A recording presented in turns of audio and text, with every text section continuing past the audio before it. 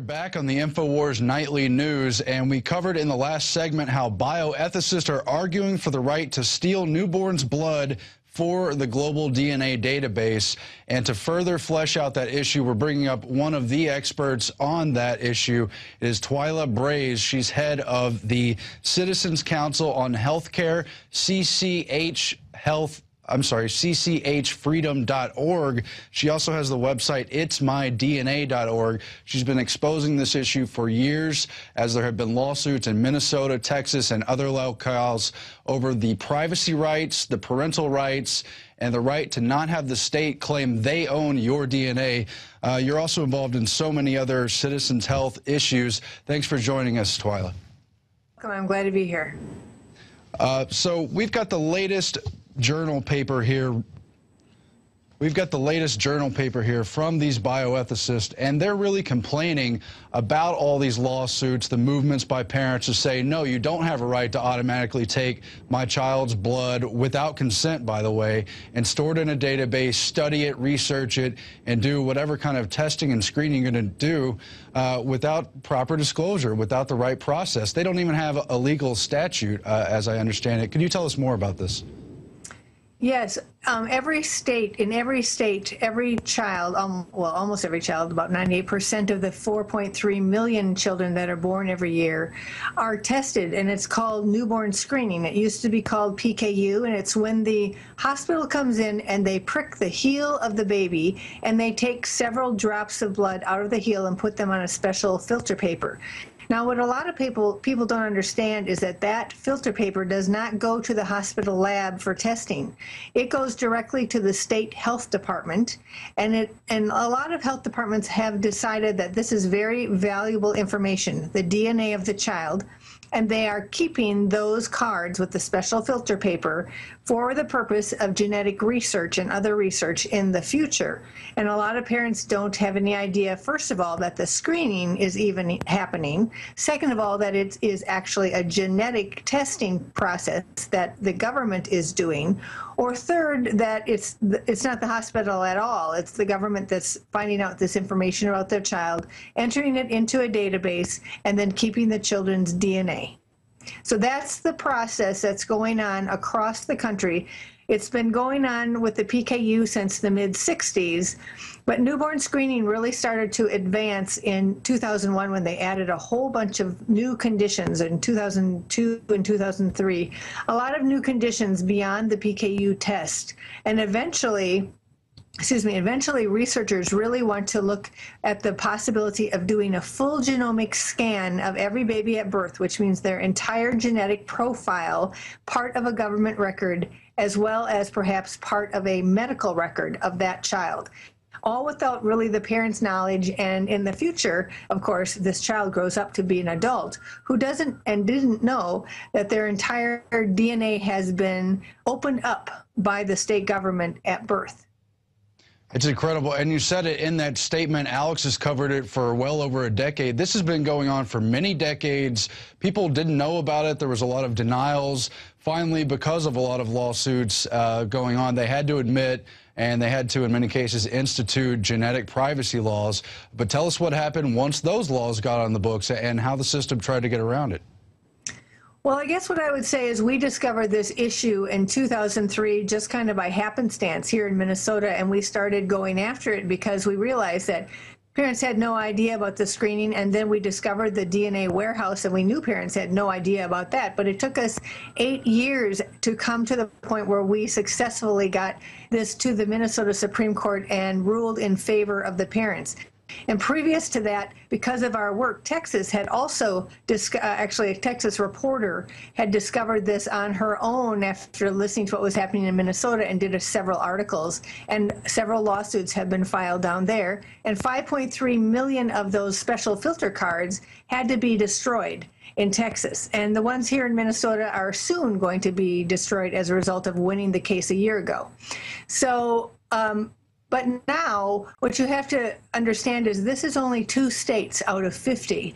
Several states, as a result of our efforts, have changed their laws to allow consent or what we call dissent. And the researchers really want it to be dissent. which means that they can use and share and store your child's DNA, the baby's DNA, unless or until the parents actually take action to stop them.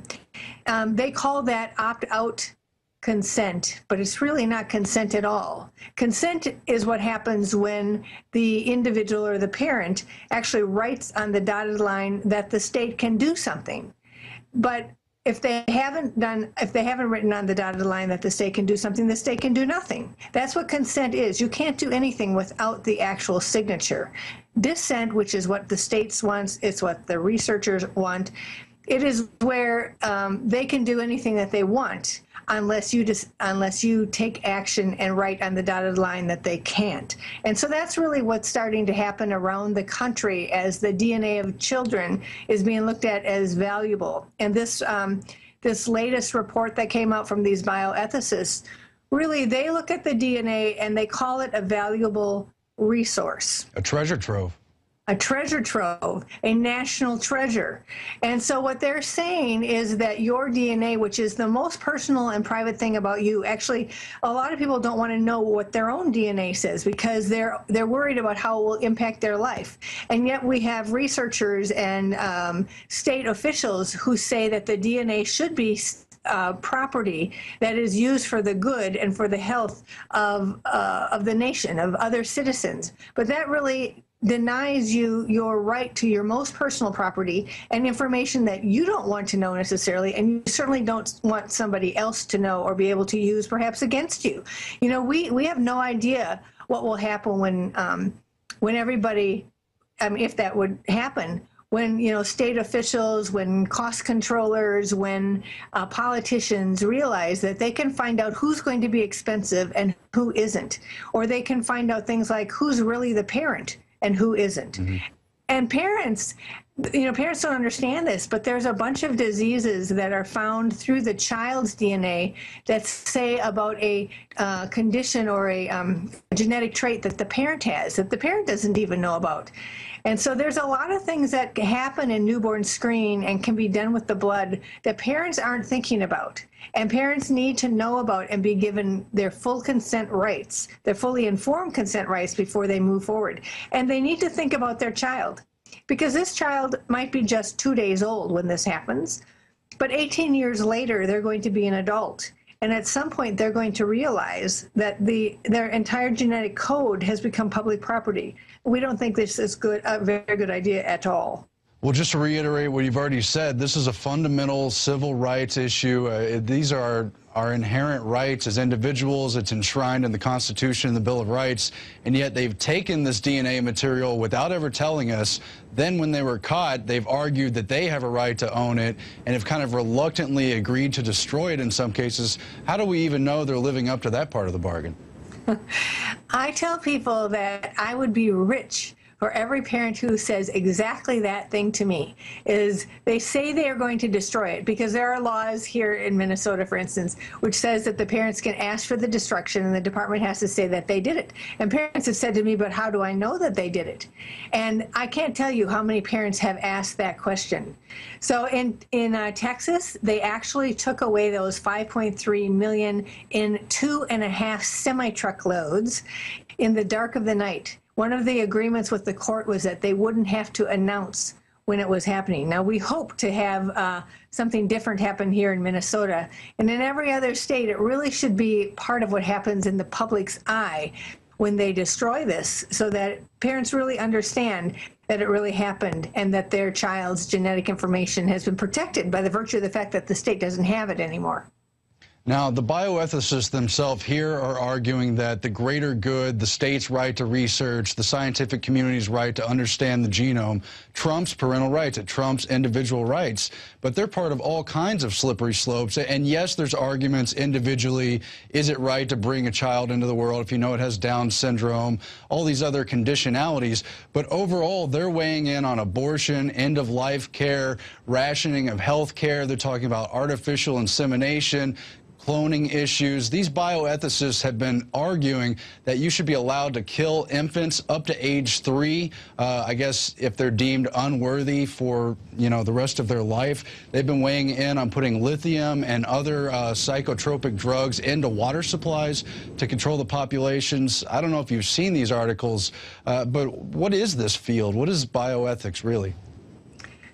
Well, I have not seen all of those instances that you are talking about, and I don't know that the bioethicists in this particular article have promoted any of that, although I do know that there certainly are some bioethicists who really want, like Peter Singer, for instance, he really believes that a child doesn't have isn't really a person until they're 30 days old, and that they don't have a conscience, and so that it's okay to kill them. And when you hear that sort of thing, you really find it unbelievable. But that has been reported far and wide, what Peter Singer said. And Peter Singer cannot possibly be the only person who's doing this. And he is the chair of a Princeton, I can't remember what it's called, a department or something. And so, here is something from someone from a very well-established university, and yet he is saying these things and has said them. When you think about bioethics, a lot of people think, well, this is a good thing because we're talking about bioethics. But unfortunately, a lot of the bioethicists that are out there are talking about things that are in violation to many people's values of life and individual choice over when it starts and when it ends. And so I think when you start looking into bioethics, you'd like to find something else. You'd like to find people who would maybe support you at the end of life, or support you having a disabled child, support that kind of decision. But all too often we find bioethicists that actually don't. Now, there are those that do, but it's important to understand that bioethics is a little bit about what they think, what their ethics are. And it's all under the rubric of bioethics, but it's awfully amoebic. It's awfully, it can be what they want it to be. Well, my research shows it goes back to eugenics, and it's part of the Brave New World, the kind of stuff we see in films like Gattaca, of the emerging ethical debates in the years to come. But can we tie this in with socialized health care? It's a huge debate, very partisan issue, of course, in America. Everyone has their own opinion. But stuff like taking baby's blood without informed consent at birth, making decisions on who has the right to health care, where is this going? Is it going towards a totally collectivized system where the individual loses most of his rights? Are you talking about the DNA particularly, or just the healthcare reform in general? Just in general, yes. Okay, in general. Well, I think that when we look at healthcare reform, there are so many things in the law that are of deep concern to us, including the fact that health plans, if they don't consider that a doctor is giving quality medicine and they get to determine what that definition is, then that physician can be delisted, can find themselves not being able to access any patient. So that's, and that is just probably like 8 or 10 lines of the bill. There are lots of sections in that bill where it gives the Secretary of Health and Human Services control over what kind of coverage we will have and what kind of care we will have. It requires doctors to report to the federal government about their quality, and it's according to the measures that the federal government determines. And quality often simply means compliance. Compliance with how the government wants the doctors to do medicine. So if we just wrap this into the baby DNA issue, what we see is the possibility that if your genes look like you're going to be a very expensive individual, either as a baby or as a child or an adolescent or an adult, it could be that there are things that are going to be available to you and other things that aren't. It could actually mean that there could be the possibility of pressure to do some kind of genetic manipulation in order to try and keep these things that your genes say might happen from happening. So, when the government gets that much control over doctors, and they get that much control over what happens in the exam room and what happens at the bedside, which is what the federal law is going to do, then we look at everything that's taking place in healthcare, including the taking of DNA at birth, with concern, because the whole plan here is to contain costs. And this is not the way to contain costs. The way to contain costs is actually to give people their own money and have catastrophic coverage that's only for catastrophes. And this will bring prices down, and it will put the patient and doctor back in the driver's seat. But that's not where healthcare reform is going. Healthcare reform is taking the patient and the doctor out of the driver's seat and putting the government and a whole cast and crew of bureaucrats into control. Right. In closing, can you tell us about your website and how you're fighting these battles in the days to come? Of course, again, you've been involved in the baby DNA issue since 2003 when you discovered it. You were involved in these lawsuits. And clearly, this paper, to me, tells me the system is not happy with that. They're trying to take back that power. So tell us what people can do, how they can find your website, and how we can spread the word about this issue. Sure, and it just reminds me that there are 2 papers that came out within the last month that talk about the need for consent, not only for screening, but also for the storage and use of DNA. And they haven't got very much coverage compared to this particular paper that asks for the DNA to be available as a public resource.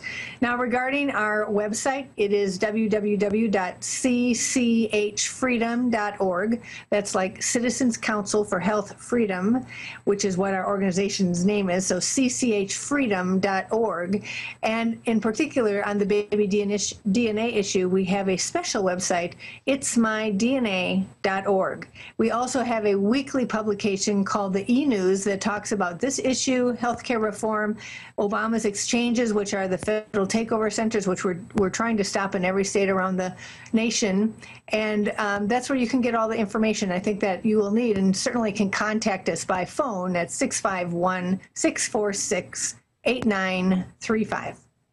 Twyla Braze at cchfreedom.org and itsmydna.org. Thanks very much for joining us, and I hope people will check out your website. Thanks so much. All right.